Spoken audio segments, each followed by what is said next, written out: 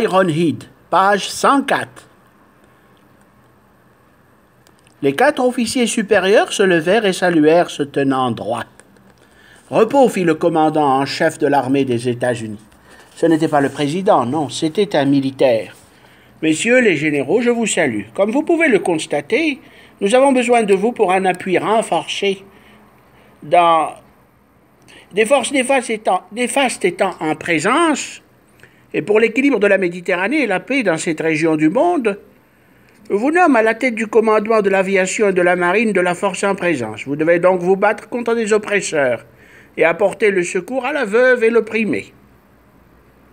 Ceci est une question, un cas de conscience. Sachez que l'armée des États-Unis est fière d'avoir des éléments tels que vous. Nous vous dirigerons tout au long de l'opération. Certains alliés de notre grande nation sont prêts à vous aider et à apporter l'appui. Vous devez, messieurs les généraux, faire preuve de tact et d'intelligence de guerre. La lucidité est le mot-clé de votre réussite. Toutes les opérations militaires sont détaillées en rapport confidentiel. Avez-vous des questions? Yes, mon général. Un ancien ami soldalier du pacte de Varsovie veut nous aider. Devra-t-il intégrer obligatoirement l'OTAN? Sachez, général Harry Stevenson, que l'armée des États-Unis n'a jamais permis d'avoir des mercenaires en son sein. Pour vous prêter main forte, faites-lui porter un uniforme et qu'il ait un matricule conventionnel. Nous ne sommes pas une armée de carnaval, expliqua le commandant en chef de l'armée américaine. Bien, mon général, reprit Harry. Après avoir pris leurs documents, nos amis se quittèrent en saluant l'officier supérieur. Le général Stevenson quitta ses compagnons. Il s'en fut prendre une tasse de thé de très bon matin dans un drugstore chinois de la ville. Il prit un téléphone portable et s'adressa à sa femme. « Allô, Helena, c'est Harry, à l'appareil. J'ai fait la bringue avant-hier soir, chérie, avec de vieilles connaissances, Ben, Mathusalem et Anthony. » « Je sais, chérie, dit la générale, et elle reprit. « Harry, des hommes ont commencé à enquêter sur Kouroudakis. Ils parlent de cette affaire dans les journaux, le New York Times. »« C'est vrai, chérie, je fais tout ce que je peux pour innocenter Thomas Hawker, et je crois bien que Kouroudakis, Ironhead et le grec ne sont pas vraiment la même personne. Bref, nous en saurons plus tard. »« Il y a des sosies dans cette drôle d'affaire, expliqua le général Harry. J'ai pensé bien agir en engageant un détective. Les affaires les plus compliquées se résolvent quelquefois le plus simplement possible. Je vais laisser cette affaire pour autre chose maintenant. »« Quelle chose ?» dit la générale. « Nous allons nous battre dans l'Adriatique, » expliqua Harry. « Au revoir, Harry. Reviens-moi vite. » Et elle raccrocha. Le jour du grand départ s'annonça bien. Dans une base de l'OTAN, aux États-Unis, sur la côte Est, un hélicoptère Black Hawk était prêt au décollage. Dans la cabine, le général Harry Stevenson, Ben, Mathusalem et Anthony, avec eux Peter Bishop, en uniforme de l'armée des États-Unis. Nous allons rejoindre l'USS John Wayne, dans l'Atlantique Nord, fit Harry. C'est la première fois que je vais mettre les pieds sur un bâtiment porte-hélicoptère, dit Mathusalem. Après, on ira sur le porte-avions nucléaire USS Hollywood, fit Ben. Au bout de 3h30 de vol, nos amis dégustèrent des sandwichs. Quelque temps après, le porte-hélicoptère apparut sur les eaux de l'Atlantique. Il semblait irréel, ses feux clignotaient. C'était l'un des plus grands porte-hélicoptères de l'US Navy. Harry Stevenson eut un regard admiratif. C'est un beau bâtiment. Il peut contenir 25 hélicoptères sur le pont et 10 dans les soutes, dit Anthony. Le Black Hawk se posa doucement sur le navire. Des marines s'activèrent autour de l'hélicoptère. Au garde-à-vous des sous-officiers saluèrent le général Harry et ses compagnons. Le général se baissa tellement il y avait du vent. Il retira sa casquette de sa main droite. Un gradé de marine lui ouvrit le chemin vers la salle de commandement. Les officiers et sous-officiers saluèrent. Ils formèrent une séquence de pause dans la salle de pilotage. Harry prit la parole. « Chers compagnons soldats, je suis fier d'être parmi vous. Sachez que le porte-hélicoptère John Wayne est le bâtiment de commandement supérieur de toute cette opération. Le général Anthony dirigera le porte-avions USS Hollywood. Et nous allons rejoindre pour cette manœuvre dans l'Adriatique. Je vous remercie. Nous allons tenter de pénétrer l'espace aérien de l'ennemi, mais ceci est top secret. Je ne peux vous en dire plus, ainsi je dois vous quitter, lança Anthony. Une sirène retentit dans le bâtiment. À quelques miles tout près, une écume blanchâtre se forma, et sous les yeux ahuris de nos amis, un sous-marin immense fit surface. Au bout d'un temps court, il battit pavillon américain. Les gars, c'est pour moi, les amis, l'USS Wyoming, le tout dernier lanceur d'engins et d'attaque. Il est prévu pour se battre contre d'autres sous-marins si cela s'avère nécessaire, expliqua Peter Bishop. Une fusée éclairante déchira la monotonie des lieux. Un haut-parleur brisa le silence de la mer. « Le commandant Bishop est-il parmi vous ?»« Oui, firent les signaux du bâtiment. »« Je vais rester derrière vous, mon général, pendant tout le trajet, déclara Bishop en prenant place dans un Zodiac pour aborder le sous-marin USS Wyoming. Le Black Hawk, après avoir fait le plein de carburant, appela le général Anthony. « Mon général, fit un sergent, nous devons partir vers l'USS Hollywood maintenant. Nous devons devancer le porte-hélicoptère et le sous-marin pour que vous puissiez prendre le commandement du porte-avions. À vos ordres. » Au bout de quelques jours, le général Harry Stevenson contrôla la mer Adriatique. Sa petite armée, bien entraînée, prit le contrôle total de la situation. Le général et ses amis militaires maîtrisèrent la mer Adriatique qui passa sous contrôle de l'OTAN. La haine et la douleur furent vaincues. Le peuple martyr de Bosnie comprit que la paix ne pouvait venir que si l'amour naissait entre les peuples. La Russie installa des protecteurs aux opprimés et un droit de veto spécial pour certains de ses agents slaves. Les agents de Russie ne devaient pas intervenir et n'intervenir qu'en cas de force majeure. La petite armée du général Stevenson s'installa dans la mer Adriatique. Ils observaient l'état en désordre de la Yougoslavie. L'USS Hollywood et l'USS John Wayne firent des manœuvres pendant 6 mois. Le colonel Mathusalem s'occupait des télécommunications. Il se passait des messages de félicitations. Quelquefois, une escadrille de F-15 volait au-dessus de l'espace aérien yougoslave. Le sous-marin dirigé par Bishop surveillait les côtes de la Bosnie et un satellite américain lui donnait les renseignements sur la stratégie de l'autre côté des plages de l'Adriatique. Harry restait en alerte 24 heures sur 24, au cas où l'ennemi chercherait à nuire.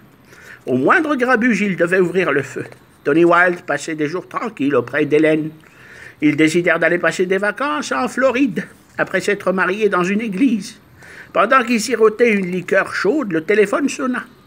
Monsieur Wilde fit une voix. Lui-même, répondit Tony. « Mon nom est Peter, Max Peter. Puis-je vous rencontrer? » « À quel sujet? » lança Wilde. « À propos d'une affaire particulière, » reprit le détective. « Venez donc me voir dans mon bureau de la police internationale à Boston. »« Bien, monsieur Wilde. » Et il quitta la ligne. Tony Wilde resta pensif un moment. Il alluma un cigario et se demanda que peut bien vouloir cet homme. Vers 10 heures du matin, Tony Wilde attendait dans le bureau de police internationale de Boston. L'homme se présenta à lui, mais Peter était détective privé. Max Peter était détective privé. Il entra au bureau de Tony qui rangeait des dossiers mettant de l'ordre. « Monsieur Wilde, êtes-vous monsieur Tony Wilde ?» demanda le détective. « Lui-même, » répondit Wilde. « Je suis Max Peter, voici ma carte, » dit l'homme qui avait l'air bien habillé, presque tiré à 4 épingles. « Veuillez vous asseoir, » lança Wilde en tendant la main. Puis il saisit la carte de sa main droite, la regarda longuement, et souriant, il dit « Vous venez probablement d'un autre État. »« Exact, » répondit le détective. « Je suis sur une affaire particulière, » affirma le détective privé. « Vous prendrez bien un verre de thé, » proposa Wilde. « Oui, un verre de thé glacé, » continua le privé. Tony Wilde se leva et se dirigea vers un petit réfrigérateur. Il l'ouvrit et saisit une canette de thé glacé, se servant une bière Guinness noire. Il tendit l'ice tea au détective. Wilde ouvrit sa canette, qu'il dégusta doucement. Max, le privé, prit la parole. « Monsieur Wilde, je suis sur une bien étrange affaire, mais fort intéressante.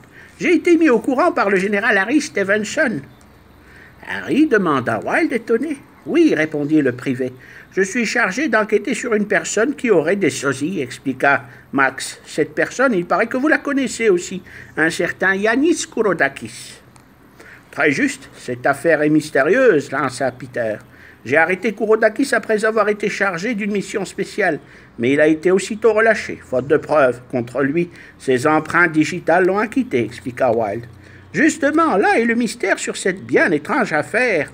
Kouroudakis aurait des sosies à sa propre image. J'ai étudié le dossier. Thomas Hawker, tout m'a laissé penser que Kouroudakis L'homme qui aurait enlevé Hawker au-dessus de l'Atlantique ne serait pas Kourotakis, l'homme arrêté par le général Stevenson au club La Dent de Diamant. Mais les deux Kourotakis porteraient le même nom de code Ironhide. J'en suis stupéfié, dit Wilde. J'en conclus la chirurgie esthétique. Conclut Max Peter. C'est une éventualité, reprit Wilde perplexe. Certaines pièces trouvées tout au long de cette enquête que je mène laissent supposer qu'il existerait pas deux sosies, mais une multitude. Des documents dévoilent l'existence de plusieurs Kourotakis. Un film selon l'expertise des laboratoires prouve que Yanis aurait été aperçu dans plusieurs endroits dans le monde à la même date, en Europe et aux États-Unis, en Asie, commenta Max Peter. Lorsque j'ai arrêté le surnommé grec, c'était il y a un mois à Rapids City, dans sa belle propriété gardée par des mercenaires à son compte. Le surnommé grec avait une dérogation spéciale du président des États-Unis. Il serait sous sa couverture et jouerait un rôle extraordinaire dans les relations Est-Ouest. C'est en quelque sorte un intouchable, dit Max Peter en buvant son iced tea. C'est vraiment une affaire étrange. Il jouerait le jeu des grandes puissances avec son organisation, expliqua Tony Wilde. Yanis Kourotakis serait un agent double, mais plus cela encore, il serait probable qu'une organisation inconnue, cette fois, entre dans son jeu. Une mafia, si nous pouvons appeler les choses ainsi, l'utiliserait peut-être par le biais de personnes identiques à son image pour ses propres desseins, reprit le détective. Nous en venons aux faits, cher ami. Yanis Kourotakis est innocent, mais d'autres utilisent son image esthétique pour faire des méfaits, pour agir, n'est-ce pas, conclut Wilde. Absolument, déclara le privé. Avez-vous des preuves? Les méfaits? S'interrogea le détective. Oui, avez-vous des preuves de quelconque méfait? Affirma Wilde. Aucune preuve, avoua le privé Max. Vous savez ce que vous dites? Vous êtes en train de m'expliquer que le vrai Yanis Kourotakis est blanc comme neige, dit Wilde. Et plus que cela encore, ces sosies, il ne les a jamais rencontrés, reprit Max. Donc seul le vrai Ironhide sait s'il a rencontré ces sosies, dit Tony Wilde. Parole en l'air, il se peut le vrai Kourotakis s'y rencontrait ces sosies, reprit le détective. Le vrai Ironhide, oui, mais pas le véritable Kourotakis, vous saisissez? J'ai la conviction, de par sa nature, que Yanis, l'unique, le vrai, l'original, est innocent, lança Wilde. Comment l'innocenter alors? Il serait en connivence avec ces sosies. Ce serait un complice de ces sosies. Dans ce cas, tous les Yanis seraient coupables, tous les sosies. Mais j'ai la conviction de par sa nature que Yanis, le vrai, l'unique, l'original, n'est pas coupable du vol des plans de l'YF-24, expliqua Wilde. Qui vous fait dire cela? Demanda Max Peters. Mon flair de policier. De la police internationale de Boston. Wilde avoua Wilde, souriant. Sacrée histoire, souffla Max. J'ai pénétré son quartier général, sa ville à retrancher, proche de Rapid City, et j'ai reçu des preuves qu'il existerait plusieurs Kourotakis. Certaines empreintes se sont révélées identiques. Mais ne pensez-vous pas que cette organisation dont nous avons affaire serait capable de créer des empreintes artificielles que les faux Kourotakis utiliseraient pour agir, répondit Wilde. J'avoue que je ne vous suis plus, dit le détective surpris et étonné. Il reprit. Cette affaire est compliquée, peut-être incroyable. C'est une énigme, invraisemblable, dit Max Peters en se levant. Dans l'atmosphère perturbée par le bruit de ronronnement des machines, Harry était plongé dans l'observation des côtes de l'Adriatique à l'aide de puissantes jumelles. Un message arriva et un matelot interrompit la monotonie des lieux. « Mon général, un message codé de l'US Navy. » « Bien, de quoi s'agit-il » dit le général. Au garde à vous, le marine tendit la réponse. Harry écarquilla les yeux et se dit « Permission accordée à tous les membres d'équipage, trêve totale pour 48 heures. » Il se dirigea vers un micro et sa voix retentit dans tout le porte-hélicoptère. « Permission totale, relaxez-vous pendant 2 jours, c'est la trêve. » Le général Stevenson prit un téléphone et appela ses amis. Anthony, Mathusalem et Bishop. Dans une salle éclairée du porte-hélicoptère, nos amis trinquèrent à la trêve. Harry saisit un verre de whisky. « Je lève ce verre à notre amitié. Avant d'être des soldats, nous sommes des éponges à torboyaux. » Rirent ses amis. « Les gars, cette trêve, elle tombe rudement bien. » Et il siffla un demi-verre de whisky. « Firent les yeux de Mathusalem, homme de couleur, noir et roulant comme des billes. Alors, Anthony, t'arrose pas, dit Stevenson. On va se faire une cuite, le sol va tanguer, gémit Anthony, en se prenant un verre de whisky écossais. Je vous le dis, les gars, ces zouaves à la sauce de 45, on va les combattre. Ça va être la bataille navale la plus dingue qui soit. Hic, de tous ces derniers temps. Hic. Glou, glou, glou, glou. Bishop sifflait une bouteille de whisky. Eh, les gars, mon sous-marin est opérationnel. S'ils veulent jouer avec moi, ils me trouveront. Mon vieux cachalot va remuer pour lancer des missiles. Dernier cri, modèle américain, ciré et astiqué à la mode du New Jersey, criait celui-ci dans une radio. Bibine, que je le surnomme mon cachalot chéri, ils ont pas intérêt à le mettre en colère, dit Peter Bishop. Firent les trois hauts gradés, et ils se racontèrent leurs exploits guerriers et leurs aventures de petites bonnes femmes. « T'es déjà tombé en panne de femme, toi ?» dit Mathusalem d'un ton bizarre. « Oh, Harry, c'est à toi qu'il parle, dit Anthony. « Ouais, c'était il y a longtemps, j'étais devenu comme un coyote. À cause d'une sale crevaison de voiture en plein désert, il m'a fallu des jours pour régler la mécanique spirito. Et toi, Mathusalem, dit Harry, moi, c'était en pleine mer agitée, j'avais l'air d'être un homard sans pince. Tête de Popeye, dit Anthony. Moi, c'est ma femme qui m'a fait la sale gueule pendant 4 jours. Ouais, pas vrai, les gars, si ces types déconnent avec nous, on leur rentre dedans, expliqua le général Harry Stevenson menaçant. Le porte-hélicoptère USS John Wayne était en alerte dans l'Adriatique. À présent, le sous-marin américain, sous-marin nucléaire lanceur d'engins, patrouillait à 250 mètres de fond sous le porte-avions USS Hollywood et le porte-hélicoptère USS John Wayne. Soudain, un satellite géostationnaire américain envoyait un message. Code alerte rouge, top secret. Je vous signale une escadrille d'avions venant sur vous. Harry Stevenson perçut le message. Il engagea sa petite armée dans un branle-bas de combat. Ce sont des MiG et des Sukhoi, ils veulent la guerre, Peter déclara-t-il. Ici Anthony, code état d'alerte rouge. Le radar signale 50 appareils volant en formation par petits groupes, déclara Mathusalem. Manœuvre enclenchée, prêt pour la bataille, les gars, ordonna le général Harry. 5 Tomcats décollèrent doucement de l'USS Hollywood. Ils saluèrent le porte-avions de leurs ailes en grimpant à 2000 pieds. « Ça va chauffer, les gars », déclara un pilote. « En triangle », reprit-il, et les jets allumèrent leurs afterburners. « Ici, sous-marin nucléaire lanceur d'engins Wyoming, et j'ai les échos parés à aide à la manœuvre », déclara le commandant Peter Bishop. « Du nouveau, général », déclara un message codé du satellite américain. Vous avez l'ordre d'engager 2 YF-24 dans l'opération. Manœuvre de dissuasion. Cela vient du grand patron. Sortis de la soute du porte-avions SS Hollywood, les 2 nouveaux prototypes étaient éjectés par catapulte. Leurs réacteurs vomirent le feu à plus de 50 mètres. Ces appareils sont des toutes dernières innovations de l'US Air Force et la Navy. Allez-y doucement, les gars. Code Alpha, ordonna Harry, les sourcils froncés. Les superjets militaires étaient pilotés, assistés du satellite qui leur fournissait les cartes géographiques de navigation instantanées, ainsi que les cibles à atteindre. Le YF-24 rejoignirent les F-14 et les dépassèrent. Les 5 pilotes furent choqués, mais émerveillés. Nous sommes en approche visuelle sur cible. Verrouillez vos missiles, lança un pilote d'YF-24. Les Sukhoi ont lâché des missiles, déclara le second pilote. Ils veulent vraiment nous abattre, Buck, déclara Warson. On leur envoie des fusées éclairantes, comme dernière sommation, dit Buck. Ok, bravo. Les Sukhoi formèrent des figures acrobatiques. Je suis accroché par un missile, Buck, dit Warson. Ils veulent vraiment nous abattre, c'est la guerre, dit Buck. J'ai acquis un groupe de Sukhoi. Feu, 1 fois, 2 fois, 3 fois. Je grimpe en chandelle, dit Buck. Les missiles ont fait mouche. 15 appareils détruits. Bingo, déclara Buck. Immelman, je vire sur la gauche à 9 heures. J'en ai acquis un groupe de 10. Feu, 1 fois, 2 fois, 3 fois. Je vole en Razmot au Cap Nord. Ces appareils sont un bijou de la haute technologie. Extrêmement maniable. Oui, ça y est. Bingo, déclara Warson. Il s'éjecte de ce côté. On est les plus forts. Mike, Cat-1, on vient vous aider, les gars, communiqua le chef de patrouille des F-14. Passez à l'attaque Cat-2 et Cat-3. J'ai accroché un MiG. Non, 2 MiG-29. Feu. Bravo, ils sont interceptés. Cat-2, over. Je plains les pilotes. L'eau doit être froide, dit Warson. Ordre d'arrêt des combats. Retour à la base. Le général vous donne l'ordre de retourner à la base. Tous, dit Harry d'une voix rauque. On a gagné, dit le colonel Mathusalem en pétant. À plusieurs milliers de kilomètres de là, Tony Wilde avait rendez-vous avec Max Peters, le détective privé.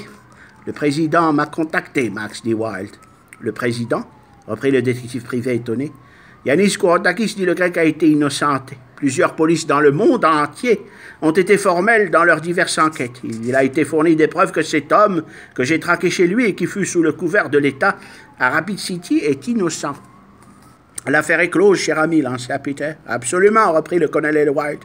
Je vous sers un verre, dit Wilde, souriant. Un whisky vieux, très vieux, je vous prie, reprit Max Peter. Max Peters et Tony Wilde étaient assis dans un luxueux salon dans l'appartement qu'avait loué le détective lors de son séjour aux États-Unis. L'après-midi venu, Wilde contacta sa femme Hélène. Ils décidèrent d'aller écouter de la musique à l'auditorium. Une salle récente avait ouvert ses portes. Après l'audition, Tony Wilde et Hélène s'en allèrent se promener dans un parc éclairé. Ils se tenaient par la main, humant l'air frais. Tout à coup, un homme, non loin d'eux, appela dans la nuit. « Monsieur Wilde !» Tony Wilde se retourna surpris. « Wilde, soyez sans crainte, je suis Arfan, déclara-t-il dans l'obscurité. C'est une heure tardive et l'endroit est mal choisi. Hélène, laissez-moi un instant, je vous prie.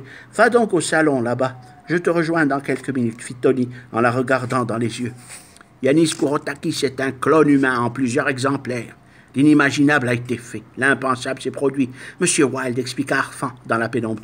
Ils en sont arrivés là, souffla Wilde. Des essais génétiques biomédicaux ont été entrepris, malgré les interdictions pour la curiosité scientifique et les dollars, dit Arfan. Tony, j'ai la certitude que le véritable grec n'a pas pu voler les plans du super-avion de combat, reprit Arfan. Vous m'expliquez ainsi que c'est son clone ou l'un de ses clones génétiques qui l'aurait fait, affirma Wilde. Absolument, monsieur Wilde, continua l'agent secret. Notre intelligentsia a réussi à prouver l'existence de ces clones avec des preuves irréfutables. Pourtant, il y a un mais. Lequel, Arfan? S'interrogea le commandant de la police internationale de Boston en clignant de l'œil.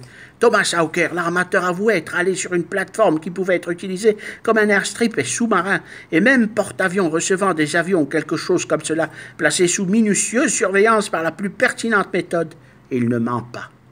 Il est donc vraiment allé sur un airstrip, pouvons plonger, engin qui n'a jamais été découvert jusqu'à présent. Il a parlé de mécènes de la guerre, comment une telle machine aurait pu disparaître sans être signalée. Le triangle des Bermudes laisse supposer cette éventualité, mais ce n'est qu'un enfantillage ou une énigme. Avoua Tony Wilde. Tony Wilde fit un nouveau rapport précis de cette étrange affaire. Le rapport fut classé sous le nom Mysterious. Tous les éléments d'enquête ne purent aboutir, mais furent soigneusement conservés. Max Peters, après avoir cherché, ne put définir la preuve de l'existence de sosie du grec. L'avion drone YF-24 ouvrit l'ère des avions drones, pouvant emporter des passagers télécommandés du sol, c'est-à-dire sans pilote. L'incroyable mystérieux diamant, chapitre 5. Dans sa propriété, Yanis Kourotakis était assis sur une chaise longue. Il était 3 heures de l'après-midi. À Rapid City, le grec prenait une tisane chaude en humant la beauté de la vie. Devant lui, une femme rousse, bien habillée, lisait tranquillement une revue de mode. « Chérie, j'aurais des sosies sans le savoir, dit-il. Le monde de l'espionnage est vaste comme l'océan, Yanis. Ils ont réussi à prouver ton innocence. Les preuves sont irréfutables. C'est ta protection qui leur pose des problèmes. Tu es innocent, blanc comme neige. Ce puissant réseau est vraiment indestructible. Ils prennent ton apparence, cependant. Les pièces à conviction sont innocentes. Pour Carla. Pourtant, ils n'auraient jamais pu intercepter tes ou ton sosie, Yanis. Rosa se leva et marcha tranquillement vers la luxueuse piscine dans la villa du grec. « Je vais me dégourdir les jambes quelques minutes, à bientôt, dit-elle.